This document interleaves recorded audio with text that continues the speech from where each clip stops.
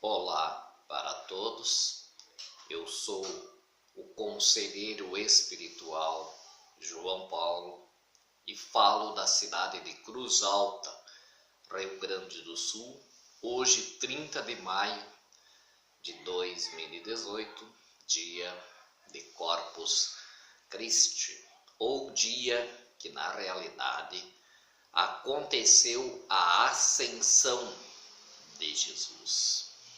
Porque é sabido que depois da crucificação, o Espírito, o veículo o qual segue para o mundo extrafísico de todo ser humano, mas do que nós estamos falando é de Jesus, permaneceu 40 dias nas proximidades ou adjacência ou nos lugares que ele peregrinou, esperando o momento propício para que realizasse a sua para sempre ascensão. A sua para sempre ascensão. Aquilo que o aprisionava no planeta Terra já não existia mais. Aquilo que fazia ele voltar para novos aprendizados, ali estava concluído.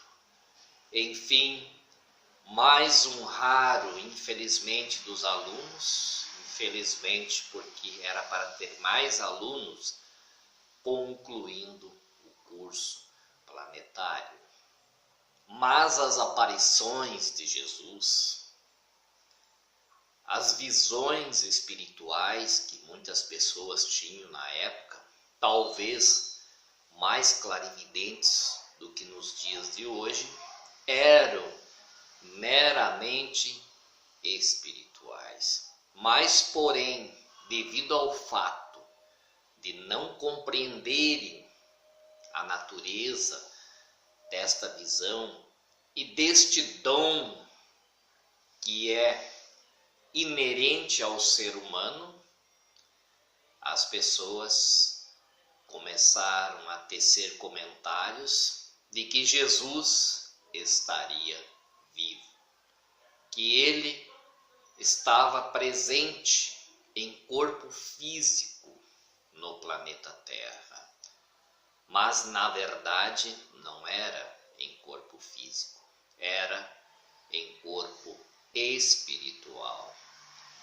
E ele aparece para a 13ª discípula, chamada Maria Madalena, porque havia sim uma mulher entre os discípulos, mas os machões impotentes, mais tarde, por bem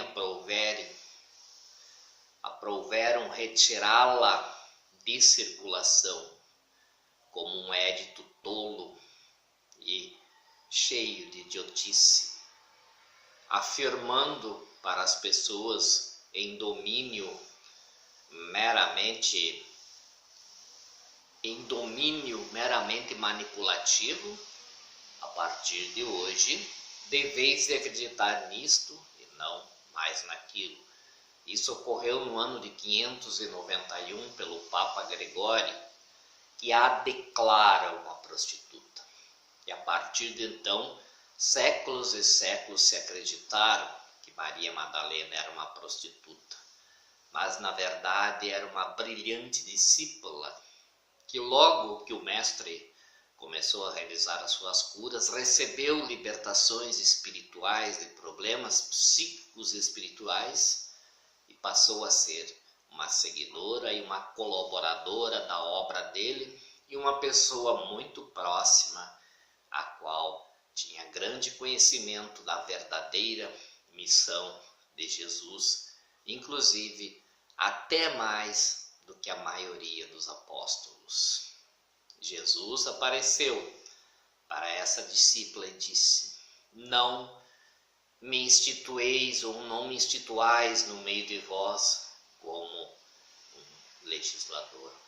Parece que fizeram exatamente ao contrário. tão logo chegou o prazo dos 40 dias, Jesus ascensionou para as supradimensões, para o país das estrelas azuis, voltando à casa paterna, a exemplo de nós que também voltaremos para a casa paterna, pois Jesus é um irmão mais velho que completou a sua missão aqui no planeta e não tem mais por que voltar e nem tampouco voltará num corpo físico como é esperado por a maioria das religiões. Se não seguiram nem o que ele falou para realizar o ato e o intento de que tivesse só um rebanho e só um pastor, o que ele vai voltar para quê? Se não obedeceram ele num pedido e tiveram mais de 1.700 anos, quase 2.000 anos para atender esse pedido, estão cada dia criando mais rebanhos e mais pastores. E ainda esperam que o mestre venha para dizer novamente a mesma coisa e ninguém cumprir. Não se tem relato algum de que nesta época veio até o planeta Terra uma nave extraterrestre, tenha colocado um capacete no corpo físico, no eu físico de Jesus e o levado. Porque sabe-se que alguns quilômetros para cima, nas supradimensões, fora dos domínios da Terra, não existe ar. A gravidade muda. Nem Jesus poderia realizar isso. E o céu não é um espaço que vai subindo e chega no céu. Naves varrem o nosso sistema solar, chegam até Saturno e tantos outros lugares e ainda não encontraram o céu. Então Jesus estaria viajando ainda até hoje. Será que uma nave não viu Jesus se propulsionando e ainda não chegando até o céu? Porque nós temos que ter limite do que é humano, do que não é humano. Todos sabiam, a grande maioria sabia que nunca houve uma ressuscitação física propriamente dita. Foi um boato que surgiu, que Jesus estava vivo. Se ele estivesse vivo, por que não continuou a sua missão? Daí alguém dirá, mas ele tinha medo que ia ser morto, ninguém ia mexer com ele. Ele seria o homem mais importante do mundo, porque o imperador Tibério, que era o grande imperador romano da época, ouviu falar de boatos sobre um homem que ressuscitava pessoas e enviou alguém para investigar. E esse alguém não constatou nada, não conseguiu provar nem que sim e nem que não. E Tibérios, lendo os relatos do seu enviado, convence-se da veracidade de Jesus, mesmo sem ter provado que ele realmente ressuscitava mortos ou que ele tinha ressuscitado. E mesmo assim Tibérios queria naquela época declarar o cristianismo uma religião oficial de Roma. Só não o fez porque ele foi assassinado pelo seu sobrinho Calígula. Então, se Jesus tivesse ressuscitado, Tibérios o receberia na hora, daria todos os tesouros que Jesus quisesse. Nem Jesus, nenhum único seguidor seria morto e ninguém ia querer matar Jesus porque ele ressuscitava. Seria o fato mais notório do mundo, que nenhum historiador da época, pois havia muitos, sequer cita um rodapé de um ressuscitamento naquela época. Ele apenas ressuscitou nas páginas do livro e na cauterização da mente das pessoas, mas não deixa de ser um ser iluminado e um mestre de muita luz. Aí eles dirão, mas e o corpo? Como sumiu o corpo? na época, os crucificados não tinham sepulcro. Então Jesus não iria receber sepulcro algum. Os crucificados eram retirados e os seus corpos eram jogados para os tigres, para os leões, para os cães, para as feras comerem, sem exceção. Havia os retiradores de cadáveres remunerados para tal serviço. Um grande amigo de Jesus, homem influente da Judéia junto a Pilatos, José de Arimateia, pede a posse do corpo para Pilatos, porque ele não queria que o amigo fosse jogado para as feras. Pilatos concede, mediante uma guarda.